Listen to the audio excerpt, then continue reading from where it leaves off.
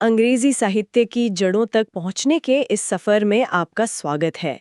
आज हम बात कर रहे हैं जेफरी चौसर की, जिन्हें अक्सर अंग्रेजी कविता का पितामह भी कहते हैं। हमारे पास कुछ लेखों के अंश हैं जो उनके जीवन, उनके समय और हाँ, साहित्य में उनके जो कमाल के योगदान रहे उनको दिखाते हैं। तो आज हम इन्हीं स्रोतों के आधार पर ये समझने की कोशिश करेंगे कि चौसर इतने अहम क्यों हैं और कैसे उन्होंने उस अंग्रेजी भाषा और साहित्य की नींव रखी जिसे हम आज जानते हैं। जरा सोचिए, चौसर सिर्फ एक कवि नहीं थे, वो मध्य युग के अंत में एक दरबारी भी थे, राजनयिक भी और सिविल सेवक भी। काफी व्यस्त रहे होंगे, लेकिन सबसे कमाल की बात क्या है, उस जमाने में जब साहित्य के लिए लैटिन और फ्रेंच का बोलबाला था, उन्होंने जानबूझकर आम लोगों की भाषा मतलब मध्य अंग्रेजी में लिखने का फैसला किया। ये बहुत बड़ी बात थी। उस दौर में अंग्रेजी को साहित्य के लिए क्या कहते हैं, थोड़ा कमतर समझा जाता था। लैटिन तो चर्च और शिक्षा की भाषा थी और फ्रेंच दरबार की। तो चौसर का अपनी मातृभाषा को चुनना, ये सिर्फ भाषा का चुनाव नहीं था, ये एक तरह का सांस्कृतिक बयान था। अच्छा। इसी ने अंग्रेजी को एक गंभीर और आप कह सकते हैं अभिव्यंजक साहित्यिक भाषा बनने का रास्ता दिखाया।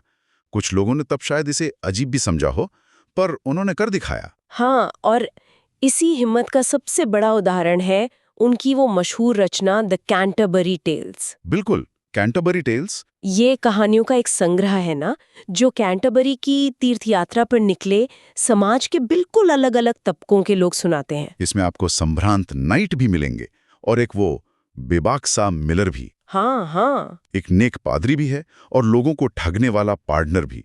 मतलब पूरा 14वीं सदी का इंग्लैंड सामने आ जाता है। सही कहा, बिल्कुल। और ये सिर्फ किरदारों की परेड नहीं है।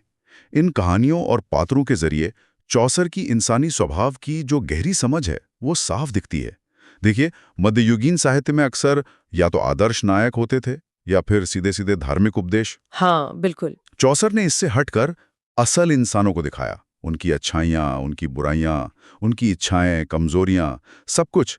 ये एक तरह से उस बदलाव की शुरुआत थी जिसे हम बाद में पुनर्जागरण मानवतावाद कहते हैं। अच्छा, जहाँ ध्यान ईश्वर से हटकर इंसान पर आया। हाँ, इंसान और उसकी दुनिया पर। बिल्कुल।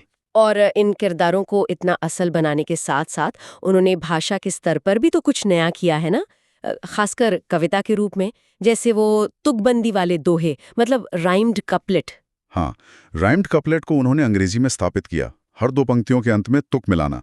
और उससे भी ज्यादा जरूरी, उन्होंने आयाम्बिक पेंटामीटर को अंग्रेजी कविता में लोकप्रिय बनाया। आयाम्बिक पेंटामीटर, ये थोड़ा समझाएंगे? हाँ, इसे ऐसे समझें कि हर लाइन में 10 सिलेबल होते हैं जो एक हल्के और एक भारी जोर के पैटर्न में चलते हैं, जैसे डडुम डडुम डडुम डडुम डडुम। कुछ कुछ दिल की धड़कन जैसा। ओह अच्छा। ये सुनने में बहुत स्वाभाविक लगता है अंग्रेजी में, और इसने कविता को एक नई लय, एक म्यूजिक दिया। दिलचस्प। तो ये सिर्फ लिखने का नियम नहीं था, ये भाषा को संगीत दे रहा था। बिल्कुल। और यही काव्य रूप, यही मीटर अंग्रेजी कविता का स्टैंडर्ड बन गए। आप बाद में शेक्सपियर को देखिए, मिल्टन को देखिए, उन सब ने चौसर के बनाए इन्हीं औजारों का ही इस्तेमाल किया।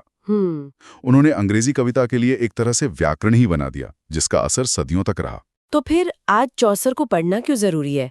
क्या वो बस इतिहास की बात हो गए हैं? नहीं, बिल्कुल नहीं। पहली बात तो ये कि उनके विषय जैसे प्रेम, ईर्ष्या, लालच, समाज का पाखंड, विश्वास, ये तो हमेशा ही प्रासंगिक रहेंगे। हाँ, ये तो इंसानी फितरत है। बिल्कुल। और दूसरी और शायद ज्यादा अहम बात, ये समझना कि अंग्रेजी भाषा को वो साहित्यिक सम्मान दिलाने में उनका कितना बड़ा हाथ था। उन्होंने ये साबित किया कि आम बोलचाल की भाषा में भी गहरी बातें और कलात्मक सुंदरता हो सकती है। मतलब उन्होंने भाषा को एक तरह से ज्यादा लोगों तक पहुंचाया, साहित्यिक स्तर पर। हाँ, साहित्यिक स्तर पर तो कह सकते हैं। उनके बिना अंग्रेजी साहित्य का विकास शायद कुछ और ही होता, शायद उतना गहरा और विविध नहीं होता जितना आज है। उन्होंने आने वाले लेखकों के लिए दरवाजा खोल दिया था। तो अगर हम संक्षेप में देखें, चौसर ने आम अंग्रेजी को साहित्य का दर्जा दिलाया, ऐसे यथार्थवादी किरदार बनाए जो आज भी अपने से लगते हैं। हाँ। और अंग्रेजी कविता को वो रूप और लय दी जिसने उसकी पहचान बनाई। बिल्कुल सही। उनकी विरासत सिर्फ उनकी कहानियों या कविताओं में नहीं है, वो अंग्रेजी साहित्यिक परंपरा की एक तरह से नींव रखने वाले थे।